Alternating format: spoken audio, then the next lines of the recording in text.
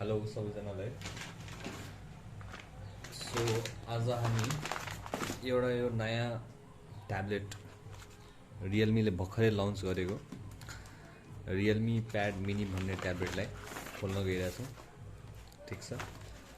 So specially यो स्टुडेन्ट्सहरू होइन, engineering स्टुडेन्ट्सहरू भइगयो, अब होइन बच्चाहरूको लागि नि भइगयो होइन, लगभग सबै विद्यार्थीहरूको लागि होइन। अब यो सस्तोमा एउटा राम्रो ट्याब्लेट आइपुगेछ होइन, अहिले इन्डियन मार्केटमा आइपुगेछ, भर्खरै लन्च भएको छ। मैले चाहिँ यो फ्लिपकार्टबाट पर्चेज गरेको होइन, एमाजोनको बक्सा चाहिँ यसै हो होइन। यो एमाजोनको बक्सामा चाहिँ मैले यो मगाएको थिएँ है, अनि यो यसको बक्सा चाहिँ हरायो।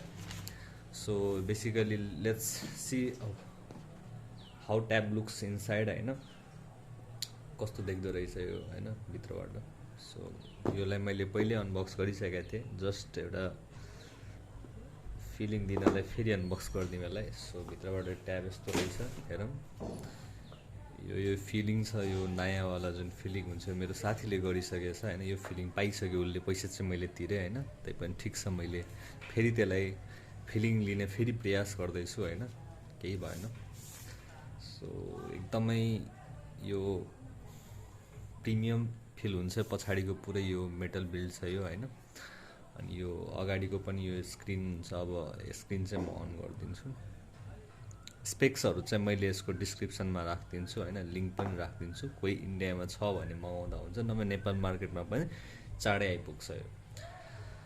मैले बुटहरू गरिसकेको छु सबै। म फेरि एकपल्ट म बुट गरेर म चलाएर यसो देखाइदिन्छु के कसो छ सबै कुरा होइन। यसको मैले यो लगभग एक दिन चलाएको जति भइसक्यो होइन। मलाई यसमा सबै कुरा लगभग मैले थाहा पाइसकेँ के कसो छ। मलाई यो ट्याब कतिमा पऱ्यो त सबै कुराको मैले कुरा गरिदिन्छु त्यसको होइन।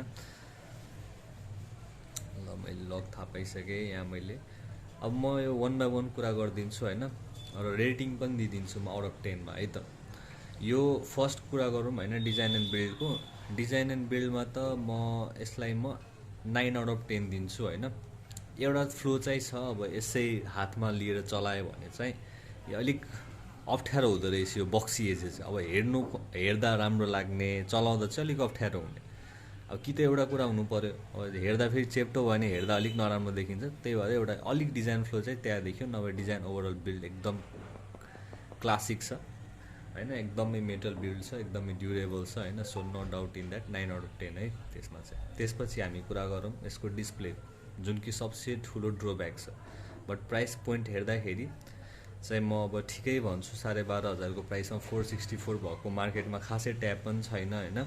तर रियलमीले चाहिँ 1,000 थपेर यसमा फुल एचडी प्लस डिस्प्ले दिएको भए अझै बेटर हुन्थ्यो। तर खासै त्यस्तो नराम्रो छैन, राम्रै छ। It's a good display. I would like prefer it 12,500को प्राइस रेन्जमा। I would prefer it any day of the week है, नो प्रब्लम। सो डिस्प्लेमा चाहिँ म यसलाई प्राइसको रेस्पेक्टको रेसियो हेर्दा म 8 आउट अफ 10 दिन्छु है, प्राइसको रेस्पेक्टले। ठिक छ, महँगो भएको अझै घटाउँथ्यो।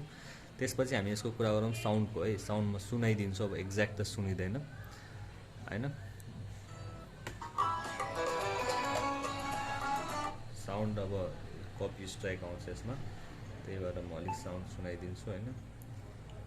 साउन्ड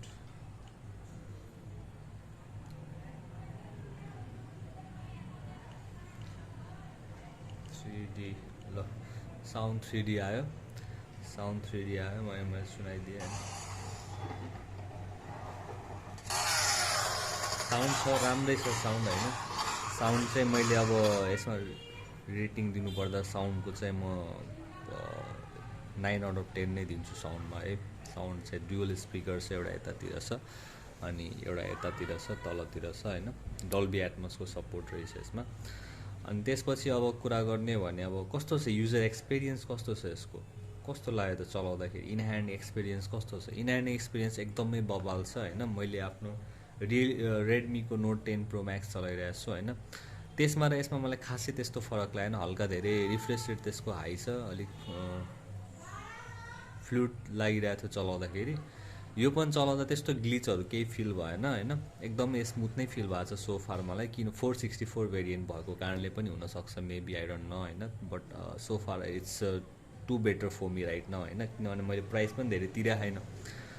अब त्यसपछि कुरा गर्ने भने लेट्स टक अबाउट होइन। अब वाइफाई होइन ब्लुटुथ सपोर्टहरूको बारेमा मेमोरी कार्ड सपोर्ट यसले मेमोरी कार्ड 1 TB एक्सप्यान्ड गर्छ। मैले यो वाइफाई भेरिएन्ट मात्र लिएको किनभने मसँग अलरेडी 2टा फोन ल्यापटप सबै छ। मलाई एलटीको खासै काम लाग्दैन होइन, प्लस त्यतिखेर एभाइलेबल पनि थिएन। यहाँबाट 1 TB एक्सप्यान्डेबल सपोर्ट छ, हेडफोन ज्याकको पनि सपोर्ट छ माथितिर होइन, जुन कि राम्रो कुरा हो। हेडफोन ज्याक प्रायः अहिले देखिरहेको हुँदैनौँ हामी। क्यामेरा क्वालिटी कस्तो छ? क्यामेरा क्वालिटी ठिकै छ, काम चलाउ। ट्याबको त्यस्तो हामीलाई काम पनि छैन होइन। ट्याबको क्यामेरा चाहिने जति जे होस्, स्क्यान यताउता कामसाम सब लपेटिहाल्छ यसले होइन, अरू त्यस्तो केही प्रब्लम हुँदैन। अनि त्यसपछि चाहिँ अब के कुरा गर्ने यसको? अब ओभरअल अब मैले अब यसको एउटा कन्क्लुजन दिनुपर्दा के कन्क्लुजन दिउँ त? के यो ट्याब राम्रो होला त? 12,000 यो खासमा चाहिँ अफर सफर पनि छ इन्डियातिर होइन, कोहीसँग क्रेडिट कार्डहरू छ अनि यो 8-9 हजारमै स्टार्ट हुन्छ 332 भेरिएन्टको वाइफाईवाला। तर चाहिँ म अब कन्क्लुजन दिनुपर्दा होइन, यो प्राइस सेगमेन्टमा योभन्दा राम्रो ट्याब्लेट अहिले मार्केटमा केही पनि छैन। ठिक छ, योभन्दा अलिक अब अलिक ह्यान्डी फिल हुने, अलिक आई क्याची फिल हुने, अलिक पोर्टेबिलिटी यसले अफर गर्छ अलिक धेरै नै हुन्छ नि। अब 10 इन्चको ट्याब्लेट अलिक धेरै ठुलो भइदिन्छ, 8 इन्चको ट्याब्लेट ठिक्कको हुँदो रहेछ, हातमा नि हुन्छ नि। अब त्यस्तो अब वेट डिस्ट्रिब्युसन पनि धेरै राम्रो छ यसको, एकदमै इन ह्यान्ड फिल एकदमै राम्रो हुन्छ क्या, चलाउँ जस्तो फिल हुन्छ क्या त्यस्तो। 10 इन्चको अलिक धेरै ठुलो। सो ओभरअल म भन्छु कि यो प्राइस सेगमेन्टमा अब यहीबाट नै जानुहोस् होइन। यदि बजेट धेरै राम्रो छ होइन, अलिक अझै राम्रो युजर एक्सपिरियन्स लिनुहुन्छ भने आइप्याड मिनी लिनुहोस्। अब उसको प्राइस चाहिँ धेरै इन्डियामा चाहिँ खासै त्यस्तो छैन, 40,000को एराउन्डमा आउँछ। अब त बजेट कम छ होइन, काम चलाउनु छ यताउता ठिक छ, त्यस्तो खासै युज पनि गरिँदैन अनि यो लिँदा हुन्छ। गेमिङ एक्सपिरियन्स मैले चेक गर्दिनँ, खासै गेम खेल्दिनँ, तर मैले युट्युबमा रिभ्यू हेरे अनुसार चाहिँ पब्जी र फ्री फायर जस्ता के मोडर्न गेमहरू खेल्छन् आजकल होइन। त्यो मैले पहिला खेल्थेँ, अब अचेल खेल्दिनँ। त्यो चाहिँ रमाइलो छ, चल्छ यसमा राम्रै। T616को प्रोसेसर छ होइन यसमा, स्न्यापड्रागनको चाहिँ छैन। जस प्रोसेसरले चाहिँ धान्छ है, त्यति चाहिँ म भन्छु अब गेम सेम होइन। सो म ओभरअल कन्क्लुजन दिनुपर्दा ओभरअल ल्यापटपको प्राइस टु पर्फर्मेन्स रेसियो कस्तो छ त? कति रेटिङ दिने यसमा होइन? मैले एउटा मात्र यो प्रब्लम यो के देखेँ मैले यसमा, यो अटो रोटेटको प्रब्लम क्या। यो कतिखेर अब आफै एडजस्ट भइदिँदैन होइन, युजरहरू छ। अनि अटो ब्राइटनेसको पनि भइदिँदैन। ब्राइटनेस चाहिँ मोर देन इनफ छ, आउटडोर इन्डोर सबैको लागि छ होइन, तर अटो ब्राइटनेस चाहिँ त्यस्तो खासै काम गरेको जस्तो लागेन मलाई। अनि यो अटो रोटेट पनि अब खासै त्यस्तो लागेन मलाई है। Auto rotate is not effective as iPad है। त्यसमा चाहिँ एकदम एक्युरेट अटो रोटेट देखाउँछ, मैले चलाएको थिएँ। सो त्यही हो ल आजको लागि। सो आई होप यो तपाईँहरूलाई चाँडै नेपाली मार्केटमा पनि एभाइलेबल होस् अनि चाँडै तपाईँहरू किन्नु। अनि त्यसपछि अब त्यही हो, किन्दा हुन्छ, नो प्रब्लम। एकदमै राम्रो ट्याब्लेट छ बजेट ट्याब्लेटमा, त्यही हो कुरा। हस् त, धन्यवाद।